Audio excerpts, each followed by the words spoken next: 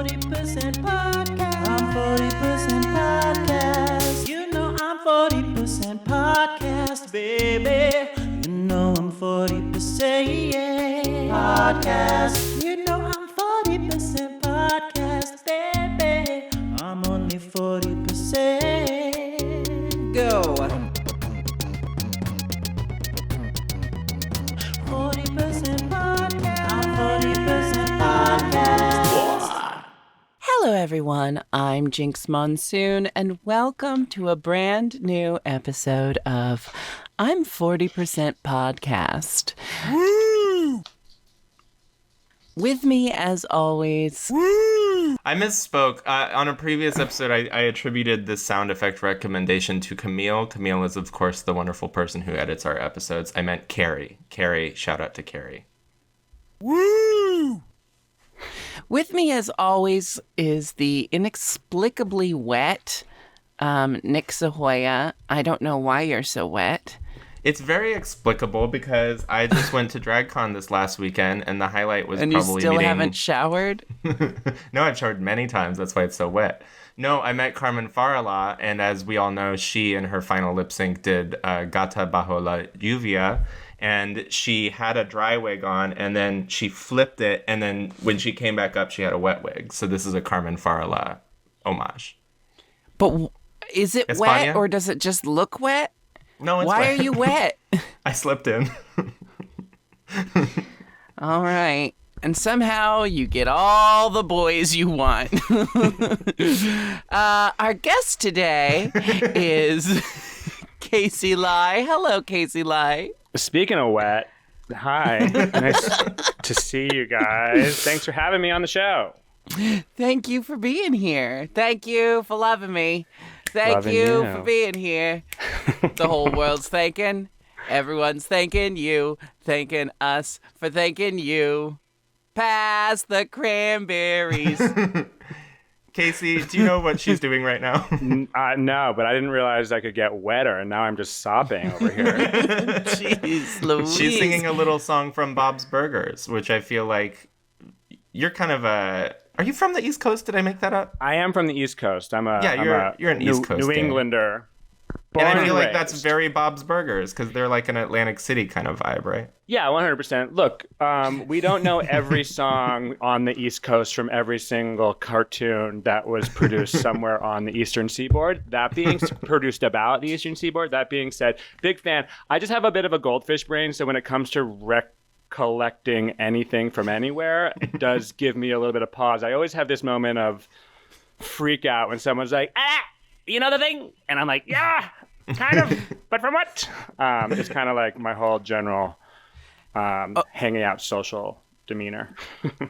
Casey, you are a comedy writer, yes?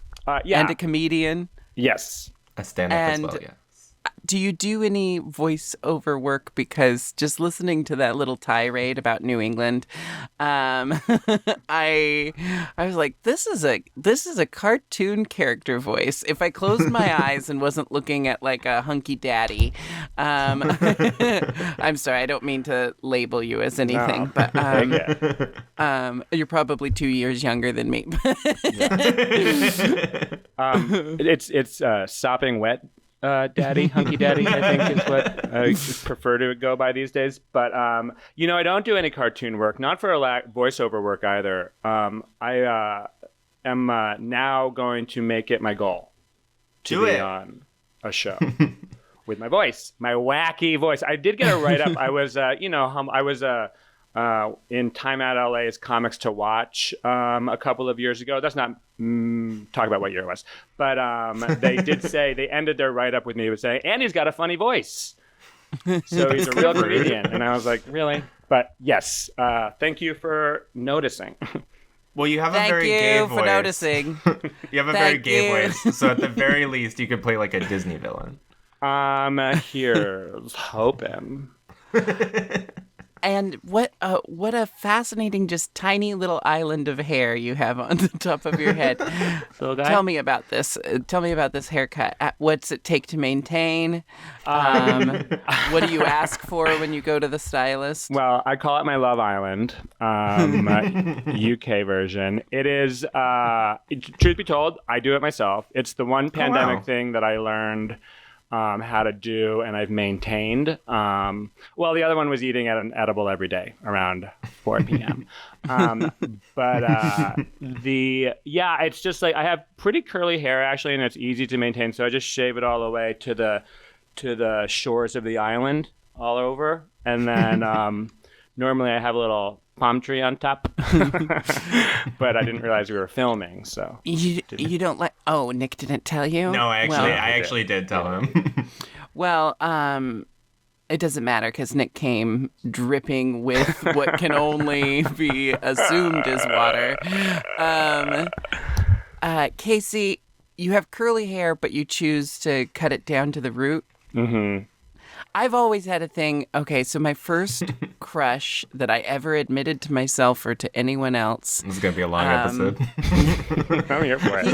He had a giant mop of very curly hair. So now are you someone who, like, if you liked something at one point, then anything that reminds you of that, you're like automatically into, or is that just me? Oh, I hear what you're saying. Are you flirting with me? I can't tell. Me neither, baby.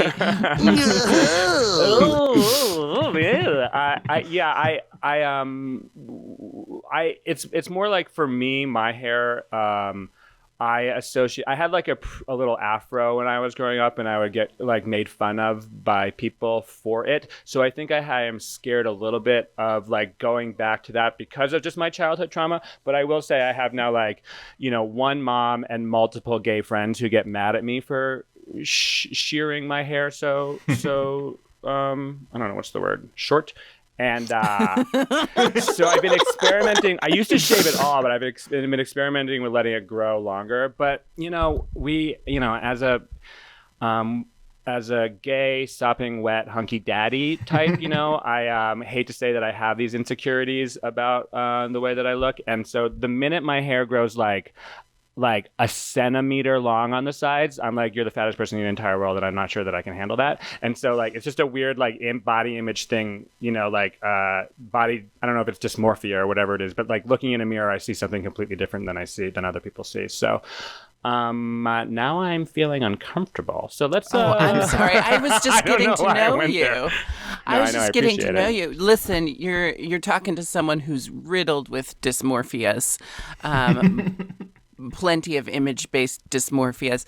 I mean, I'm a trans femme, gender non-binary human being who kind of defies most logical placement in the world. I don't know what, like, okay, so I'm fine being called ma'am out in public, but if I get called sir, I'm like, excuse me? But also it's like, who's going to know to call me like, hello, Mix. Can I? Yeah. It hasn't caught on enough. Anyway, you're in good company, except for Nick, who has the confidence and bravado of a young Zap Brannigan. How's that for a segue? Here's a segue. Speaking of Jinkx's insecurities, Casey, you and I worked together previously on the roast of Peaches Christ. We might be writing a roast together in the near future. Look out for that. Mm-hmm. But Jinkx was on that roast, and I believe you wrote some very mean things about Jinkx. Do you remember any of your favorite mean things that you made a celebrity say about Jinkx Monsoon? I don't remember specifically. The aforementioned goldfish brain is keeping me from remembering those things. And I will say, I hope they were all received lightly. I do have a reputation in those roasts for She still drank at the time, so she doesn't remember either. Okay, good. I have a reputation in those roasts as being the mean one. And I think, Nick and I work well together because Nick is such a sweet boy. Such a nice sweet boy, Oh yeah, so I just write some in the middle, long, weird stuff, and you make something really mean, and then we end up with a good roast. Yeah, but I won't say I apologize because I remember that being a very funny roast, but I will say that you're perfect to me. Oh, I so love sweet. roasts. I love laughing at myself first. I think roasts are important because, it gives us the chance to take the power away from the trolls online who aren't funny in the slightest. They just say hateful things. But if you're gonna say something hateful to me, sandwich it in a joke. Like wrap Structure. It wrap matters. it in a joke bun, and then I can hear anything. But people who just say horrible things, it's like, where's the artistry? Where's the creativity? If I wanted to just sit around writing horrible things, I mean, that's why these people don't have jobs and are perpetually on the internet, because that's not a job. It's a job for like 2 people in the world. Tucker Howardson. What's that horrible man on? No, don't get his name right. Tucker Howardson. Yeah. And then Elon Tusks. And Morgan Pierce. Fuck them and fuck everyone. So you're very funny, Casey, and we're completely fine. No bad blood between us. I'll have some roast jokes about you by the end of this episode. How about? Can't wait. For someone who calls himself a sopping wet hunky daddy, he sure does have a tiny island of hair on his head. Okay. I think we should start talking about this episode. Yes. Because this is a great episode. It's one of the best episodes, quite possibly. So you've joined us on a good one, Casey. Casey, first and foremost, what is your relationship to Futurama? I love Futurama. I was a huge Simpsons fan, and so was like really excited for when the Groening and Co. company put together this new show. Groening. I think it's Groening. I think it's Groening. I should go. You know what? I fucked it up. Now this proves I'm a fraud. My middle school homeroom teacher grew up with Matt Groening, and she would say his name different every time she brought him up. She would say, Matt Groening. Matt Groening. I'm not gonna lie. I'm assuming it's German. I don't know. And these German names with a weird German last name that is hard to pronounce. Like I don't want to blame the Germans for everything, but in the 20th century they had a land and then each up. So I'm just groaning or graining, whatever. It's grating how hard it is to pronounce. Wow. But the point is, this is that the roast jokes that you come here for. It's 40% podcast, 60% full on roast, and I'm here for that. Unlike The Simpsons, because we all started watching The Simpsons when we were a certain young age, in the 80s or 90s, and we didn't get all of the references and the jokes I didn't when I was a kid. Futurama was the show where it was like I finally was like, oh, from the ground level was like, oh, this show is so stupid and smart and full of just little hidden jokes everywhere. And so I've been a fan. But like everything, I don't watch comprehensively. I've never been a full-on, I'm more of a big picture guy than a detail guy. So like, I love the show. I think Zoidberg's the best character maybe on television ever. Oh my God. And I have, a lot to say about the show, but I'm a fan. That's my girl. This episode. You watched it when it was originally on. How long has it been since you last watched it? Besides like watching it for this podcast. I pop in when I catch a rerun on the show. On the TV, if I've got if I'm waiting. You got a touring gig and you're in a hotel room. Exactly. And he's a traveling comedian. Godforsaken cable. Right, and if that 2-hour block of Family Feud from 6 to 8 is over or hasn't started yet, every once in a while there's a Futurama on, that kind of scenario. And so I've watched and I can't say that I've seen every episode of the series, but from the first probably 5 seasons, or 3 seasons at least, I've seen every episode and a fan. And I do say I want Snoo pretty regularly in my my daily. How often? Honestly, if someone had that on a dating app, I would swipe right. Yeah, give me that snoo, bitch. Let's get into this episode. It's called The Problem with the Popplers. There is a cold open. It's an advertisement for molten boron. Nobody does it like molten boron. Can I just say up front, when you sent me this, I was like, I read it as the problem with poppers, and I was like, oh great, a hedonism bot episode. Super excited about this. But then I realized it was Popplers, and so I had to take a beat. But yeah, Well, if Jinkx and I can get in that writer's room for the new season of Futurama, we will make an episode about future poppers, you know. We will bring the queer representation. They don't give you a headache now. Randy opens a popper. Randy needs a B arc, a B plot. Okay, wait. What is boron exactly? Is it a gas? Is it a liquid? It's a metal, is it I think. I weirdly looked boron. it up. It's it's a synthesized. It's synthesized entirely by cosmic ray spallation and supernovae, and not by stellar nucleosynthesis. So I have no idea what it is, but that's what it says. Interesting if true. On some website. I literally thought it was just like a metal you get in the ground. The fact that it comes from stars and shit is a mind blower for me. Yeah. Nobody does it like molten boron. We have a chiron. We have a chiron. It says for external use only. I think this is a average to below average chiron. I'm going to give it 3 out of 5 chirons. You're going to give it 2? Wow. How many chirons would you give this chiron, Casey?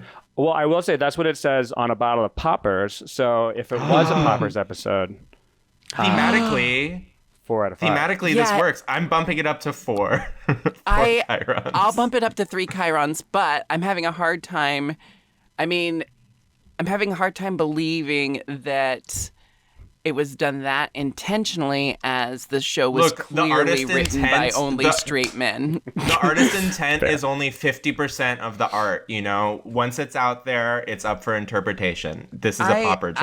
I agree with that, but at the same time, there's no part of me that believes these, like, straight Harvard-educated men were, like, sitting around. Unless like, I don't know. I guess straight people can use poppers.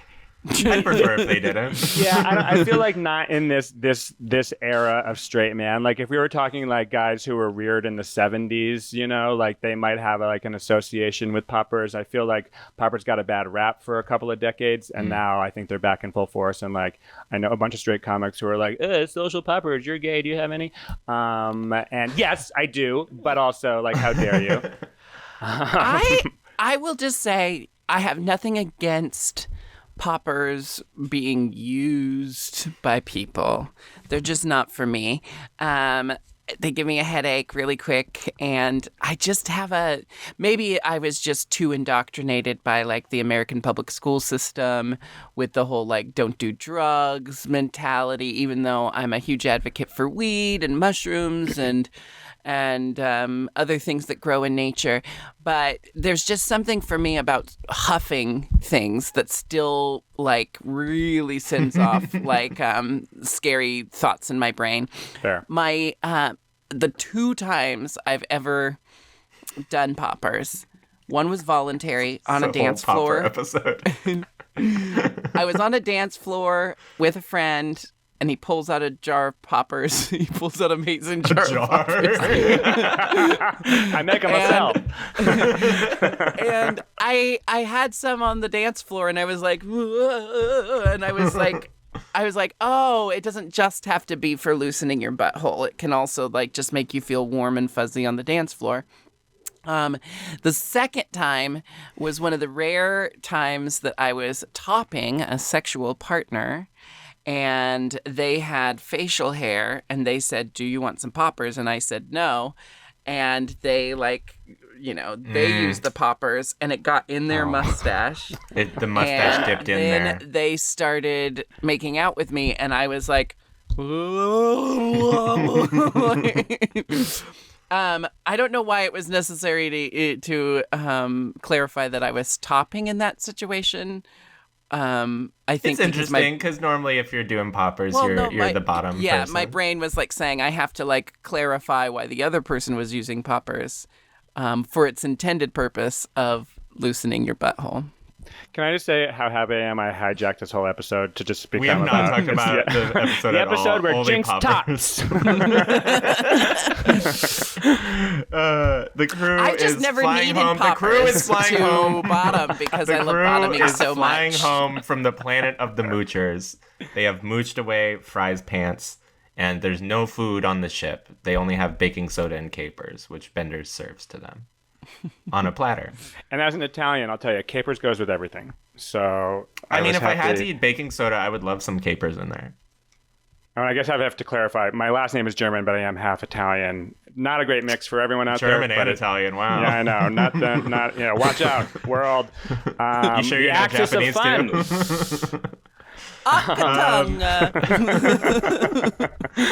But yeah, capers and baking soda in a pile. Casey, sounds we, at the risk of never talking about this episode, on this show a lot, we talk about House of Gucci accents. Did you see that movie and did you feel represented? I didn't watch it yet. Because you've already lived it.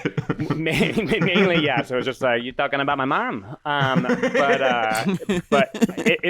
one of the effects of the pandemic is that if a movie is over in an hour and a half, I'm probably not watching it because I can't sit for that long in a space in my house. And I haven't yet gone back to like a movie theater scenario. So I can't watch anything that's plus 2 hours. Go for it. I've been to some movie theaters post pandemo, and every time I am the only person in the movie theater, or me and my companion are the only two people. At most, there. I think I took my niece to see Cruella, and there were two people like down over there and two people down over there and then us, and so I think a total of 6 people in a giant movie theater. I think that I'm worried about the future of the cinema experience, but also whatever. Yeah, I think on the list of the things in the future that are truly like terrifying to me, that's one. But there is also like an end of like edible food too. But also, how can you watch a movie without popcorn? And anyway, what's the point? I just think there's other things to be focusing on. And if Nicole Kidman really wanted to use her efforts wisely, That pisses me off so much because AMC already plays like a half hour of commercials before their movie, like trailers and shit. And then they show you another commercial that's like, hey, you should come to the movie theaters. It's like, bitch, I'm already here. Put this shit on YouTube. You're reaching the wrong audience. You're preaching to the choir. Did she win? She won a Pulitzer for a commercial. Is that what? Is that really? Truly what it was? Yeah, she literally. I saw her win a Pulitzer, but maybe that was a joke. But that woman just gets handed awards, and I will never understand why. And that's all I have to say about it. I'm Nicole Kidman, and I'm here to save the movies. I'm going to be honest. And I haven't liked her in anything since Moulin Rouge. That's my hot take. Wow. So they go to a planet. The others. They go to a planet. I hate that fucking movie. They go to a planet. The fact that she got nominated for an Oscar for that and Toni Collette did not get nominated for Hereditary? What are we talking about? Go to the planet. They're on the planet. They're looking for food. Bender says, you guys eat rocks, right? I got all these rocks. And they say no. And he says, not even if they're marinated in some mud. Thank you. And then Fry finds a hole with what looks like popcorn chicken in it. And he says it's a ditch full of fried shrimp. And then Bender says, what are you, blind? It looks more like a hole full of fried prawns. I wish they had found a different word for fried, because then the joke would have, it's like, it's a ditch full of fried shrimp. No, it's a hole full of fried prawns. If he had said like a hole full of battered prawns, it would have been the perfect joke, but crispy. It was close enough. Crispy. Yeah. The Leela has a really great joke here where she says, this thing I wear on my wrists says they're not poisonous. And that's a hilarious thing to say, especially because like 5 episodes ago, she already referred to it as her wrist low jackalomator. But it's funny because it's a meta joke. She's saying, no one knows what this thing on my wrist is. Right. Very funny. Leela eats one. rarely serves a purpose. Can you imagine landing on a strange planet and eating something you find in a hole? She I would just scanned be it hungry for a first. couple days. I would just be hungry for a couple days. I think it would be fine. Yeah, I mean, I'm Yeah. gonna need that wrist thing for all of the hole eaten just in case. And I'm just talking about random holes on planets, okay? Don't get your mind into gutters. But just in case. Wouldn't See, that you be were nice doing- if you could do a quick scan and be like, oh, You were good to doing go. a wrist All right. motion. I thought you were No. doing a jacking off motion, and it was a glory No, hole thing. I'm my motion is okay, you're right. It does actually slightly It look like does, jacking yeah. off, but I'm scanning planetary holes with my wrists. I would be more inclined to try a glory hole situation if I had a wrist thing and I could scan what was in there first. Yeah.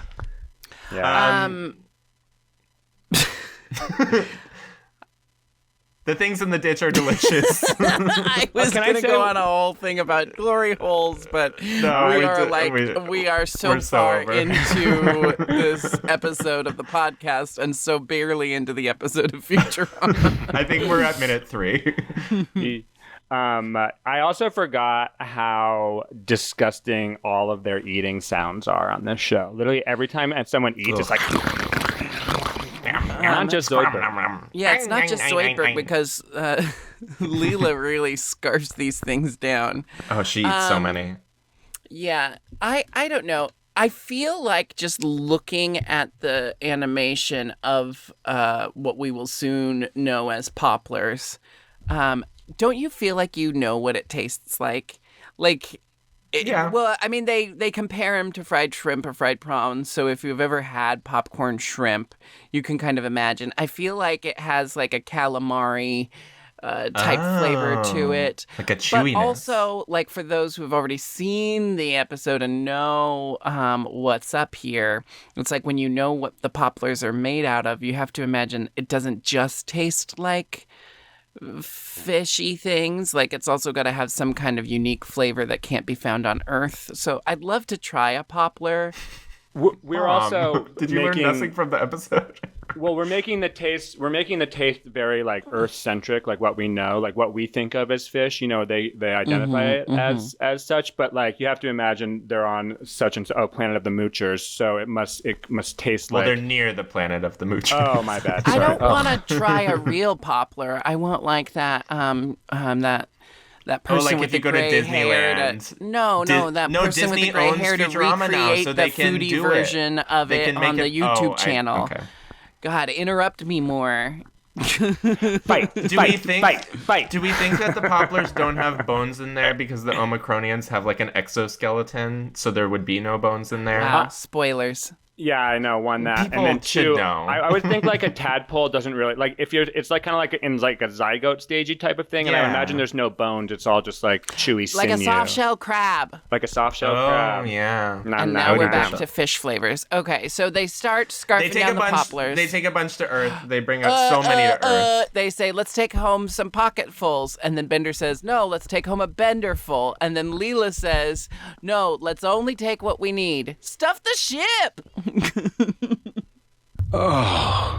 They like fly back to Earth. They have so many Popplers. They're feeding them to the crew, and they almost immediately decide that they should name them and sell them. We want to talk about these names. Tasticles. Tasticles. Tasticles. Yes. You can't call them that. It sounds too much like those frozen Rocky Mountain oysters. Testicles. I feel like the early 2000s were full of Rocky Mountain oyster jokes, and I feel like no one makes those jokes anymore. Yeah, I mean, Does a Zoomer know what a Rocky Mountain oyster is?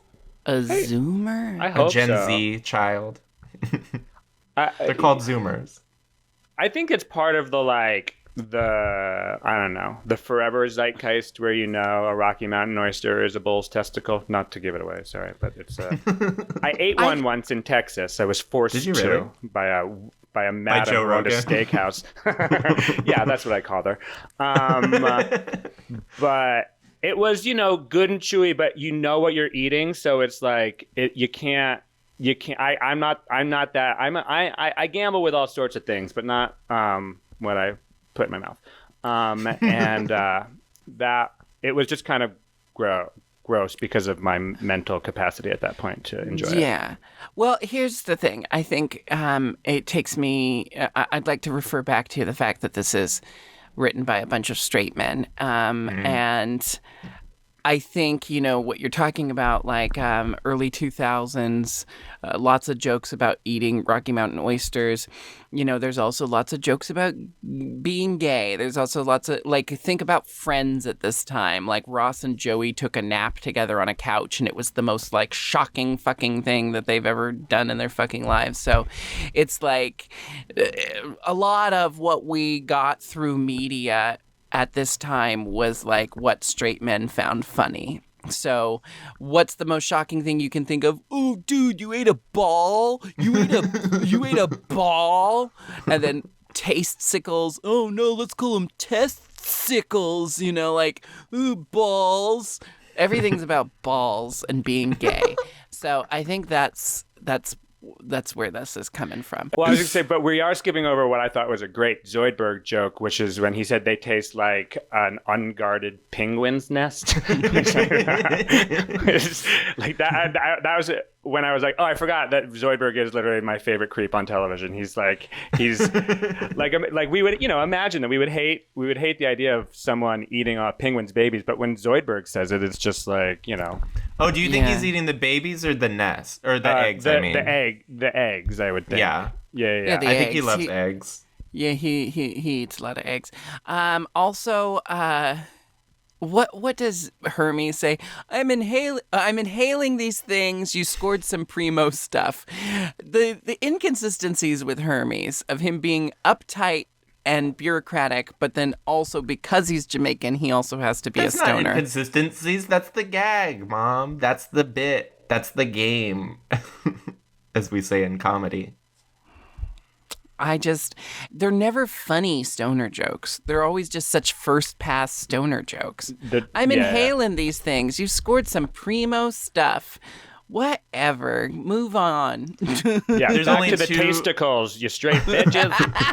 There's only two names. Fuckers. You straight skanks. There's only two names that have not been copywritten already. Popplers and Zitzels. Fry suggests they go with Popplers, and everybody congratulates them. So they're called Popplers. Amy says, way to pick it. But, it also makes sense because like a jalapeno popper. I know I've been harping on the other type of popper, gay poppers. But the popper is a part of the world vernacular for we straights pop in things. fried It's food. It's onomatopoeic. Yeah. Onomatopoeic. You pop, you can't stop.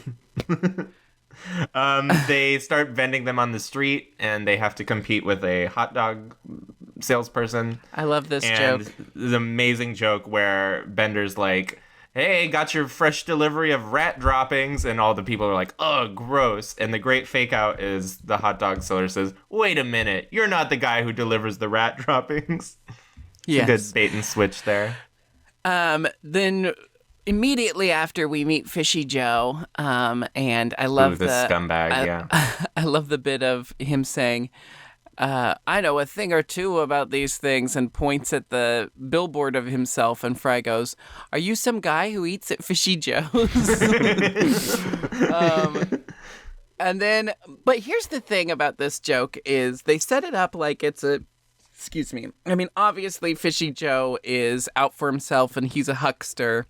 But he says, you'll never make money selling them at $1 a dozen.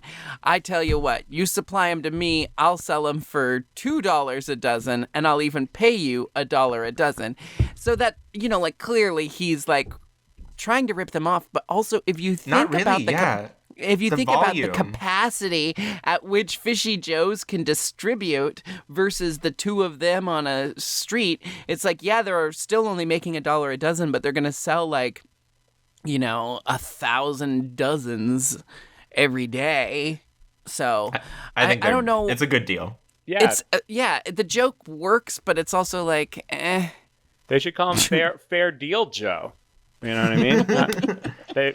Futurama loves to be very descriptive and on the nose with their adjectives in naming people, I'm Fair Deal Joe. I'm here to make you a very very generous offer. That's modest in its proposal, but We get a jingle for the Popplers, and when Jinkx and I were roommates, we would sing this to each other quite a except bit. we never get it quite right. But it's No, it's hard.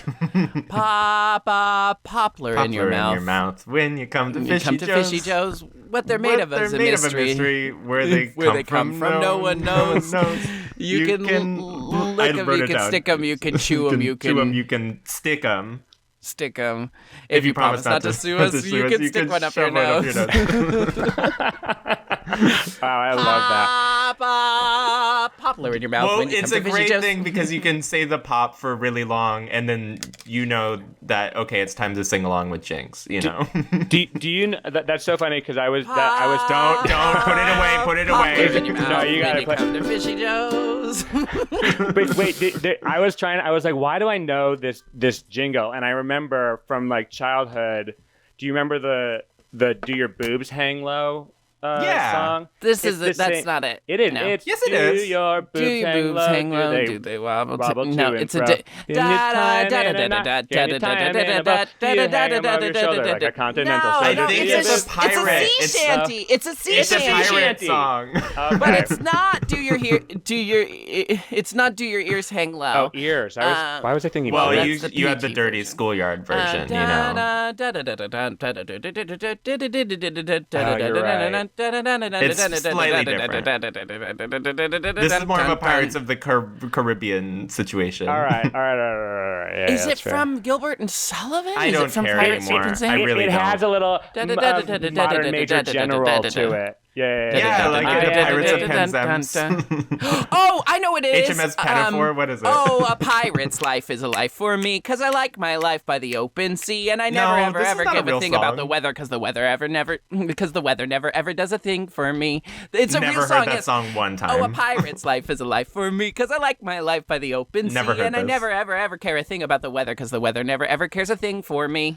I'm impressed you made up that song on the spot, but that's not a real God, song. I heard it. No, that story checks out. I'm pretty sure that's real. But like any song that was written in the 1600s, it goes over some changes lyrically over time. Nick, how dare you? It's hailing. It's hailing outside my window. Where What are the you? hell? What the hell? She's Wow. staying in Antarctica for the just duration of hail? All Star 7. Got it. Okay, so Congrats on the premiere whenever this is airing, by the way. really funny. We see Bender and Fry in the recording studio recording the jingle. I just had to say that because it makes me laugh. Leela crashes into a billboard. It's the same billboard from the intro, except for it says Fishy Joe's on it. So we get a little meta joke where he says, "This is the second billboard you've crashed into this week," which makes me wonder, is Leela crashing into that billboard every week? That's like a canonical We don't know Planet that. Express crash. I think no, I'm not gonna. No, we're not gonna belabor this. She says she wasn't paying attention because she was staring at the protesters There's outside of their office building. I love the shot of the protesters because they're protesting, but there's also someone doing one of those ultimate yo-yos, and then there's just a woman dancing around in a circle to no music. It's a very Portland protest, actually. Yeah, it's very Occupy Wall Street in a lot of ways, It's not even Yeah. a Portland protest. It's just like Portland people waiting in line for coffee. The head of the protesters is Free Waterfall Jr., the first of many of his clan that we will meet. And he is a vegetarian activist and a hippie, and he thinks everyone should stop eating Popplers. Yes. But I don't know what he's basing it off of at this point. Yeah, this makes me feel like there was a scene cut out. Because we have yet to discover that the Popplers can move or do anything. They have pointed out many, many times that they have no idea what the Popplers are. So why is there a protest calling them? I mean, they must assume it's some kind of meat, but it makes me question how Popplers got this popular and no one has thought to identify what kind of meat that they're eating if they assume that it's meat. Well, have you ever identified precisely what the meat in a chicken nugget is? To the point that I feel like we know it's I just chicken. don't eat them. I don't eat them, Casey. Do you know what's in an that's because you're Oreo, part of though? Do you know what's in an NEAT, Oreo? What's that shit in the Oreo? You eat that shit. Well, it's not made out of flesh. Yeah, it's nothing. How do you know? There's probably tallow in the There's cream. lard Let's in it, face so yeah. That's animal fat. Probably not anymore. It probably wasn't financially sustainable to keep using lard or tallow or whatever, and so now they're using like imitation lard. I believe that. Or boron. It's from the stars. Also, Some great lines here. Oh, go ahead, Casey. The MEAT. I don't remember what it stands for. It's like whatever their organization is. Something against ethical. I don't know, but yeah, it spells meat. But their magazine has a pig on a swing, like looking really happy. And I was like, pig on a swing? That's my kind of magazine. If you'd like to see a pig on a swing, go to the Eagle, and you'll see a few. Okay, and then Leela points out, and now we're just getting into the ethical debate about eating animals. And Leela points out that animals eat each other all the time in nature and that it's just a natural order of things. And one of my favorite jokes is Free Waterfall saying, no, that's not true. We taught a lion to teach, we trained a lion to eat tofu.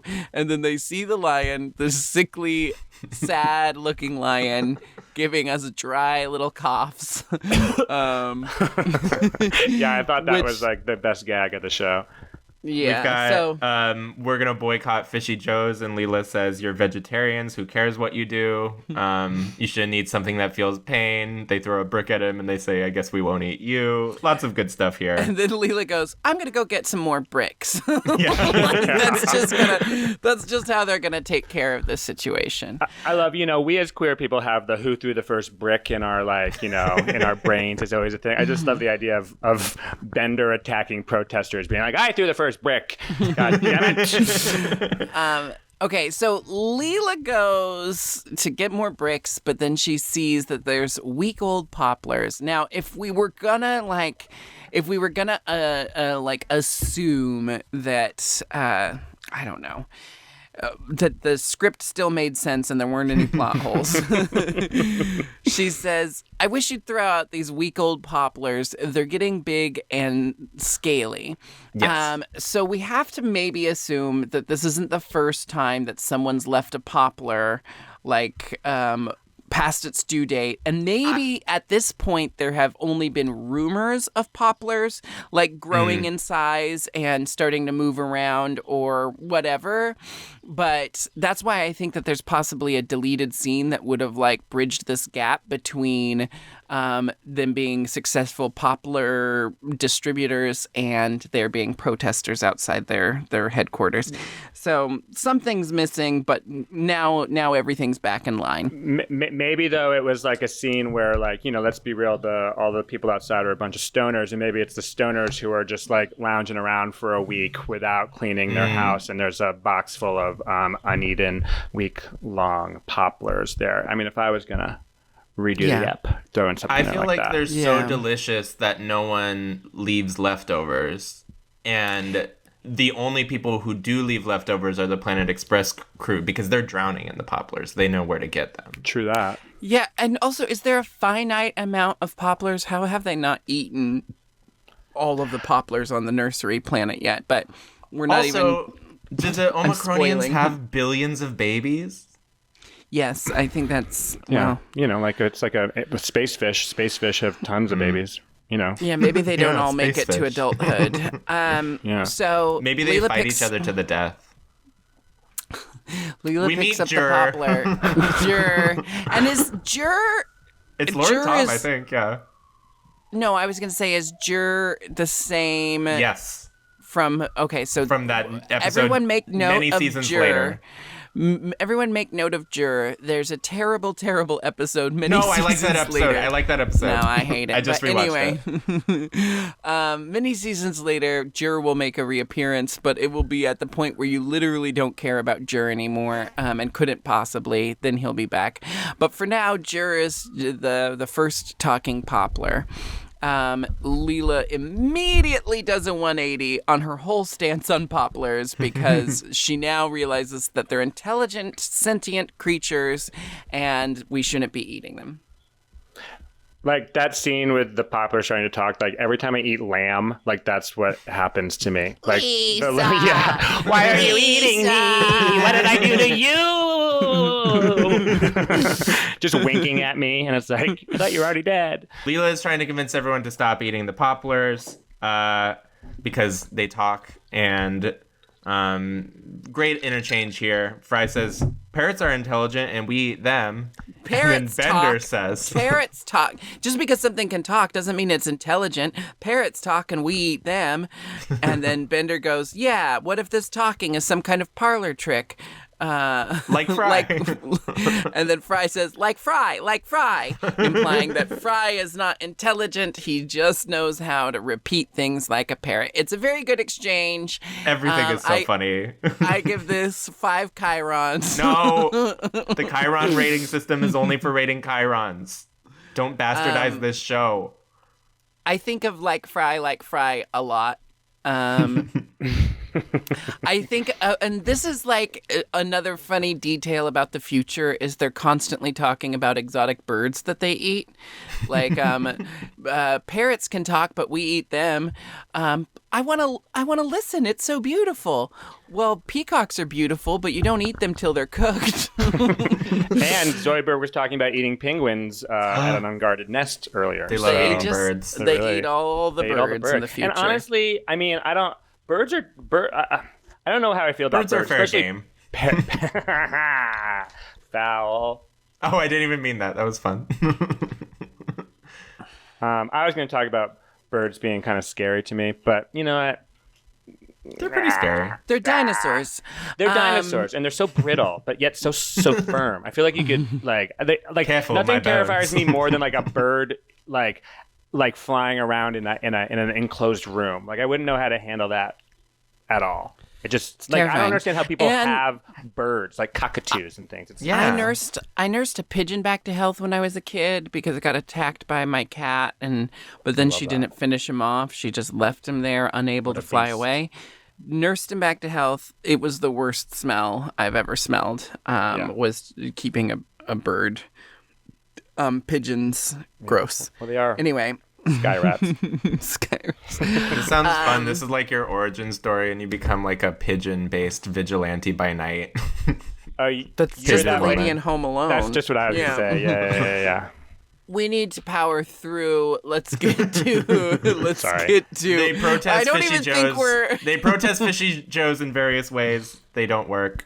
And then Bender Leela doesn't really protest them because he's still making money off of them. So I love Bender's protesting. Stop eating Popplers with honey mustard sauce. Stop eating Popplers with tangy sweet and sour sauce. Stop eating Popplers in a car, on a park, or on the boat. That's my favorite. What he says on anywhere the boat. good times are had. Leela goes on to a news program to debate Fishy Joe and Free Waterfall Jr. about whether it's okay to eat people. And I feel like very quickly this should have been over when Jur talked. Like that, we now have video evidence. Cockahead. Big meanie cockahead. Okay, we're going to have to bleep that. You'd think the debate would just be over. But here is, this was before social media, but this is like a perfect like prediction of where we are right now with social media. Everyone gets on to this forum to debate, but no one has any like wiggle room in their own stance. So there's no point in having a debate. It's just watching 3 people dig their heels into the sand. And then factual evidence is presented and still no one changes their mind because they've already decided what they believe is true. I've already been on TV debating it. I can't change my mind. I feel like that's like the spot on satire of it is that really point where it's like on because Nick, you were like it should have been over once Poppler says caca. Sure. But like you can't jur says caca, mama caca. But the like that is like, you know, presented with direct evidence, you just created into your own facts. It's alternative facts before it was even known that those was a thing. And Fishy Joe calls the Popplers a bunch of guttermouth creatures. So I mean, he's using really offensive, bad, I would say genocidal language. He's a bit of a Trump allegory. Fishy Joe. Yeah. And he also, I mean, Trump sold those steaks, so. Those guttermouth steaks, if I remember. Yeah. The Omicronians, perhaps because they see the news broadcast come to Earth and they make an announcement that you have been eating our babies. It's not the news broadcast, it's because they have nanny cams. You don't think that's unrelated? We know that it takes them a while to get to Earth because if we remember from the Ally McNeil episode. Jenny McNeil. Jenny, whatever. The Omicronians. You know who it was. You know who the spoof was They about. say they'll get revenge. They're going to eat all the people. Great line here. We will begin with the firemen, then the math teachers, then now. So on in that fashion. We've been doing this No one episode can for see so this. long that No one can see what you're talking about, Mom. You just stepped on a brilliant line. My fence because stepped on a brilliant line to talk about the weather, which no one can relate to. And I never, ever, ever care a thing about the weather because the weather never cares a thing for me. What'd you say? Zap is eating Popplers at a meeting with Guacamole. the Omicronians. That sounds... Okay. I have something to say about guacamole. I would so much rather someone say guacamole than guac. The word guac makes me sick. Just say the whole word. Some words should not be abbreviated. Guacamole is one of them. I hear that. Do you put sour cream in your guacamole? I had a whole thing about this entire I would rather scenario. have them separate. I would rather have a thing of sour cream and a thing of guacamole. Gotcha. Yeah, I like guacamole with just, like sparse tomatoes and onions in it. Rustic. But not full-blown pico de gallo. Definitely some cilantro, some lime, maybe a little garlic powder, salt and pepper. But I like to keep them separate. The guacamole, the sour cream, the salsa. And then you dip them in various combinations. Fry, Leela, and Bender never mind. I know we got to power through this. Fry, Leela, and Bender are waiting to hear the results of the meeting with Zap Brannigan and the Omicronians. Fry says, I wish they'd just wipe out humanity and get it over with. It's the waiting I can't stand. That's stupid. Thank you. I also love how Zap... Oh, I love how Zap is always like pushing for an orgy scenario. Like yes. He wanted never to wearing pants repopulate and the always Earth. like pushing for like a repopulation kind of scenario. Like that is my kind of futuristic space captain. Well, we've all hung out with a lot of gay men, and sometimes there's a Zap in the group who's just trying to get an orgy going, and it's like, no, we're all friends. We're not gonna fuck each other right now. Like the idea of as if everyone doesn't end up fucking anyway. That's how I meet all my friends. And Zap is pulling off the heads of the poppers and huffing them and passing them around.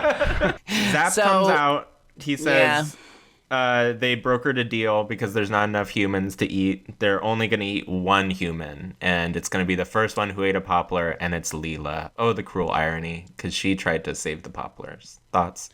But she found him first. I mean, it's the, I don't know, is that the prisoner's dilemma? Don't know. But I don't know anything about the prisoner's dilemma. I mean, I don't know. Leela's oftentimes just everything gets pinned on Leela a lot. Well, the future isn't much better than it is today when it comes to the way we treat, the womenoids of the future. We immediately cut to Madison Cube Garden, where Leela will be eaten in front of an audience of thousands. And I really like the marquee. It says, Slurm Concert Series presents an evening with a human-eating monster. Yeah. Also known as a like Trump a little rally. banner of Leela being like, ah! Like she's going to get eaten. It's pretty funny. Like, did she pose for that? Like she posed for promo banners?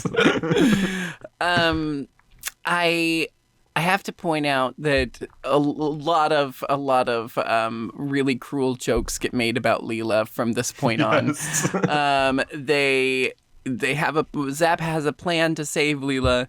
I found a giant disgusting ape that looks exactly like Leela. There's not even just an orangutan in a there's tank not top. even any like coding there. It's just I found a giant disgusting ape that looks exactly like Leela. But then Kif has to do some salon work on the ape, the orangutan. Please, I'm trying to create. And then they put a little furry eye patch on him, and then everyone thinks, "Wow, it's uncanny how much she looks like them." Then they bring out the ape, and they're like, "Is this the human Leela?" Yes, I recognize her by her sloping posture and hairy knuckles. And then Leela touches her knuckle. It's like, Leela is clearly hot. Where is everyone getting these descriptions of this fine woman? It's a bit of a Golden Girls thing where there's so many jokes about Blanche being fat, and she simply is not. And so many jokes about Dorothy Being a man. just Being a man. being absolutely hideous. I heard a rumor. I don't know if it's true. I feel like it's true because Alaska is like a Golden Girls historian, but I think she told me something about where, like, one day on set, B. Arthur, they were doing a table read. And they're like in costume on set rehearsing a scene, and B. Arthur just starts crying, and she's like, "What do you all think of me? You all must think I'm just a hideous monster to write jokes like these." I believe it. I believe it. Also, I would imagine she would walk into costuming and then she'd be like, "Are you kidding me? Again?" Again? Really subtle joke when they bring out the orangutan. We hear the audience whispering, "Oh, hey, what's going on? Very strange." People of Earth. Shh. And then you hear the same voice go, "Oh, yes, now I understand." It's just, I think it's a joke only I noticed, but it's my favorite joke of the episode. Plowing ahead, the Lur's about to eat the orangutan. Freedom Waterfall Jr. comes in and saves him because he cares more about a monkey's life than a human's life, which You'd is sacrifice a often beautiful woman to save a moderately attractive monkey. I mean, this is the whole Harambe thing, years ahead of time. This is why the liberals, we can't win, because we're always pushing humans to die over various other animals, We don't hold our priorities straight when it comes to the moderates. How old was the political kid does this who? get? How old was the kid who Harambe was gonna kill? Oh, I don't remember. Was he an adult? If he's an adult, then they should have let him die. I don't know that there's a clear-cut answer on these kind of things, but it's again that people get so laser focused on their opinions. They get so fucking laser focused on things that they can't think they can't look at the circumstances beyond what they already have decided they believe. So anyway, blah, blah, blah. Freedom ruins the whole fucking gambit. And then Unda eats the ape anyway. Yeah. Oh, and don't worry. I have a whole bit about how this episode is really an allegory to the abortion debate. So we'll get there at the end. Don't worry. Okay, perfect. Yeah, perfect. Let's bring that up right now. Lur's about to eat Leela. He's got her in his mouth. Then Jur comes in and hops into Leela's mouth to use the microphone and has another one of my favorite lines. There's lots of good reasons to eat. Boredom. To be the world's fattest man, but not revenge. I love that there's only the two examples. Am I right? Did you write that I think line it's down? hunger, boredom, and wanting to be the world's fattest man. Boredom. But that's a I great just rule of these, that the third one is so ridiculous. Wanting to be the world's fattest man, but not revenge. I just love that boredom is number 2. And you know what? Fair. But this is actually the exact moment where I was like, what are they actually talking about? Because they were fully ready to eat the woman and just kill the woman. But when the woman had the baby in her mouth, they were like, oh, I guess we got to save the baby. And so we're going to save the woman as well. And that's when I was like, oh my God. Okay, you're right. This is a Roe v. Wade thing. But Alito. it's that, but it's also you know, they don't want to eat one of their own. They're fine eating a human, but they, you know, like this whole thing was to exact retribution for their people being eaten. There's a lot going on. What does Unda say to Jur to get to get him I out never of the mouth? remember the exact. It's one of my favorite jokes. Little one, I'm going to count to blorks. Flingle, glorb, Glorb and a gloob. Glorb and a gloob is one of my favorite lines of all time. Flingle, glorb and a gloob. Truly why I love this show is I kind of forgot how much just like absurd nonsense lines. It's like, you know, like caca. There's also like a Wingus and Dingus moment in this. Wingus and Dingus like, is All very right, funny Wingus, too. Dingus. and it's just like, I forget, that's my type of humor. It's just like, you know, stupid word Glorb sounds. and a gloob is the building blocks of what makes Rick and Morty so great. You know, like True, actually. Futurama, you know, like Rick and Morty is Futurama constant. glorb so Rick and Morty could gloob. I mean, and let's not forget about Nanu Nanu. I mean, if we're going to talk about, you know, connections through the years. I Arnie want to Robin forget about Williams. Nanu Nanu though. Jur helps Lur and Ndunda learn that they shouldn't be eating Leela out of revenge. But then they eat free waterfall. I do wonder though, like, so still at the end of the day, humans did eat like billions of their young. Like, there's got to be something done, right? Seems fair. It's just a number that high of zygotes. They do seem kind of disposable. Like if they ate 198 billion, couldn't they just make a bunch more by fucking? I don't know how they fuck. I mean, yeah, but also you're negating the lives of all of the dead. I mean, that's like forgetting about, you know, various genocides. You know, it's like trying to sweep it under a rug. You know, I mean, honestly, this episode hits so deep. And it really gets at some of the great geopolitical problems of our time, not to mention national ones. And I don't know. I don't remember. I used to tell a joke briefly about it being okay. Like if salmon were to come back, if like space fish were to come back and like it'd be a giant salmon, be like, you've been eating our babies. You've been like scooping up the babies and putting them on a cracker and feed. Like I would feel like it was be justified for them to come back and just like kill all of us and eat all of our babies. And I'm like, did I watch this episode and get that idea from this years ago? Yeah, I think you might have stolen it. Might have. Might have steal jokes. Well, I mean, this is like, as someone who has a mild caviar addiction and la-ti-da, Jinkx. I do love shrimp. It's funny. It's like, it's not funny, actually. It keeps me up at night. But I do think a lot about like the fact that there's so many things that we can just pick up with our two fingers and put in our mouth and eat whole. That freaks me the fuck out because one day the government's going to open a portal to a mist realm and there's going to be... Did you watch The Mist recently? Not recently, but there's going to be creatures that come in and can just pick us up by our ankles and eat us whole. And that thought terrifies me.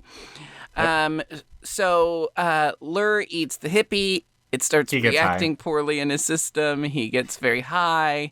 Casey, you can relate to this. I was like, I mean, I gotta find me I'm going to a rave this weekend. Gotta find me a dirty hippie to eat. Nick, you available? What are you doing this weekend? You know, I have really cut down my weed smoking. You should probably eat a different hippie. Nick's you can not eat a Jinkx. hippie. Nick is too bourgeois to be a hippie. Not with wet hair like that, you know. Hippies don't shower. So. He is a wolf in hippies' clothing. He's I would a wolf say of showering Wall Street. at all is very unhippie behavior. So I've got to side with Jinkx on this one. I gotta also put something down my don't think we bonghole. should just like I don't think we should just generalize hippies as all being dirty. But whatever. Agreed. They used the adjective. They were calling dirty hippie. I was trying to stick to the show's script. Nick actually more often than not smells like soap Anyway, Key? the episode's pretty much over. A toast to Leela. She taught us it's wrong to eat certain things. Pass the veal. Now, pass the veal. Can you give me some of that suckling pig? Who wants dolphin? You can't eat dolphin. They're intelligent creatures. Not this one. He blew all his money on instant lottery tickets. Oh, okay. Pass the blowhole. Give me the speech center of the brain. And that's the episode. Okay. Normally we do a post-episode discussion, but we spent so much time talking about poppers and butt sex that we can't. You knew what you were getting when you had me on the show. We should do the questioning. Should we do it? Yes. Hey, let me ask you something. Casey, first and foremost, who of the Futurama cast, and it can be anyone, it can be someone we saw in this episode or someone you know exists in a different episode, who do you most identify with? I mean, I wish I could say I was full on Hedonism Bot. Hedonism Bot's my favorite character on the show. Sorry, Guy Branum already. Oh my God, he is Hedonism Bot. I mean, but the funny thing is, like, I know Guy very well, and I'm more hedonistic than Guy. Okay, so I want to be the one eating grapes, but he's got the money. I love Guy Branum. Have you had him on the show? So who do I most? I mean, I hate to say it, but I'm kind of a combination of Zap and Quiff. Quiff? Kiff. Sorry. How do you spell Kiff? Is it K-I-F? K-I-F. Okay, I was like Q-U-I. I was trying to figure it out last night. Quiff. But because I have like the sexual id of Zap and the desire to never wear pants, but I also have the kind of the freaking out, questioning all of the scenarios like Kiff. So I'm somewhere. I'm on a spaceship flying in the air, wondering how it all went wrong, but still trying to fuck. So I'm somewhere. But you've also got a little bit of the whoa, yous are looking good today. I know that's a different guy. We don't now know I that am feeling character's attacked name. for being Italian. Actually, is whoa.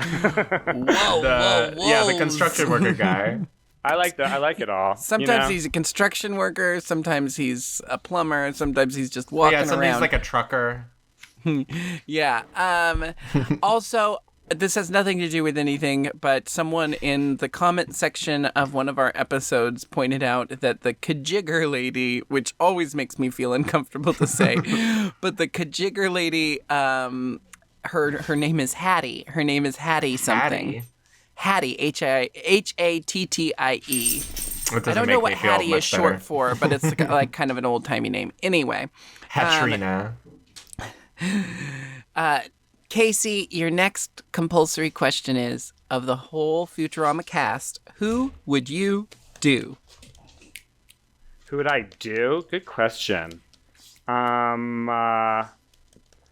I would, you know what? I like I mean, if it's just one, I love a dumb twink, so maybe I'd fuck Fry, I would. Does Fry count as a twink? Sure. And no offense, I didn't He's even say like an dumb, aging twink, which I can relate to. A twank? I'm trying to figure out who's the right exact answer to this, but of all the ones I can think of, I'd hit some Popplers and hang out with Fry. My ghost dog.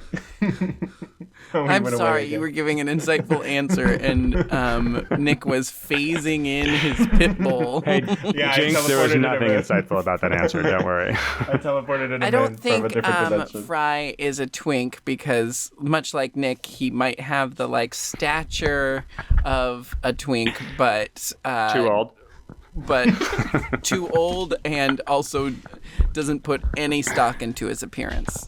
Yet somehow everyone wants to do him because half the people we have on this show say they want to do Fry. So I don't know what's working for these people. Well, I think it's I was also going to go with Zap again because I love his sexual energy, but I didn't want to be, to say I wanted to be him and wanted to fuck him.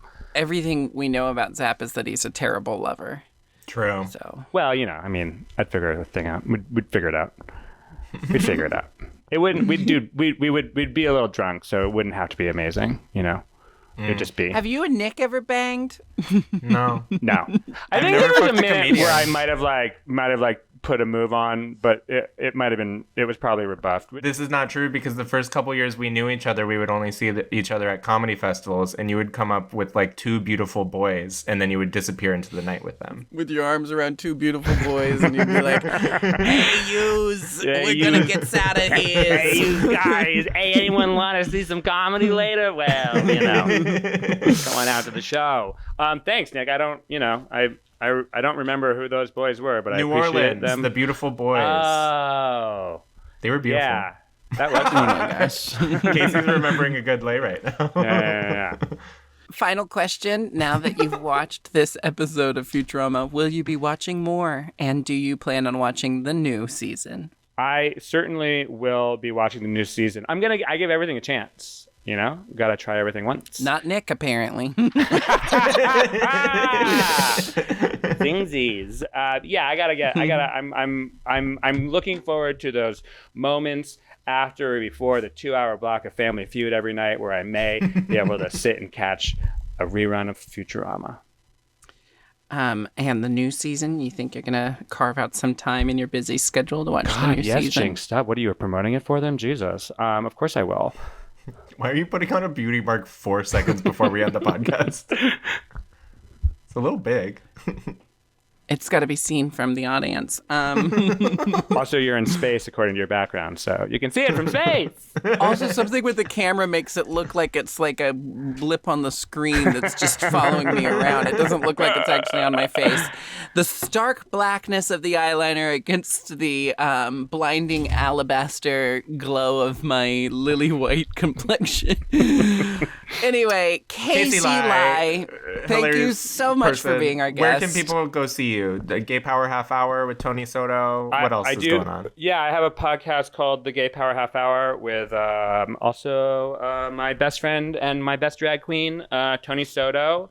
You can find us on all of the podcast apps and things. Also, I believe this is coming out relatively soon. So yes. If you're in the Greater Bay Area, I'm headlining the San Francisco Punchline on June 21st, which is like a San Francisco Punchline. That used to be my nickname when we lived there. Oh, watch out. Well, I'm headlining Jinkx on June 21st. It'll be a good kickoff to your Pride Week in SF, so come to that.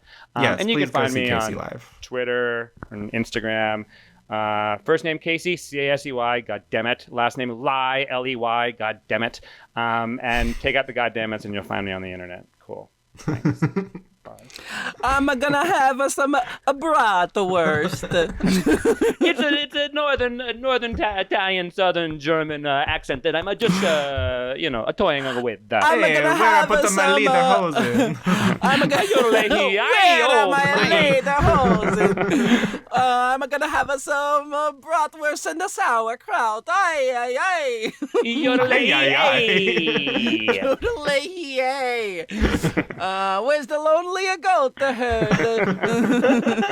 That's How Austria. dare you? This is so Whatever. offensive. Austria, I'm sorry. Sorry, Austria. I'm not sorry to you, Casey. I appreciate it. Never apologize. Thank you all for listening to whatever the fuck this was. We're back, baby. We're back, baby. We'll be back next Monday with a brand new episode of I'm 40% Podcast. Until then, have a futuristic day.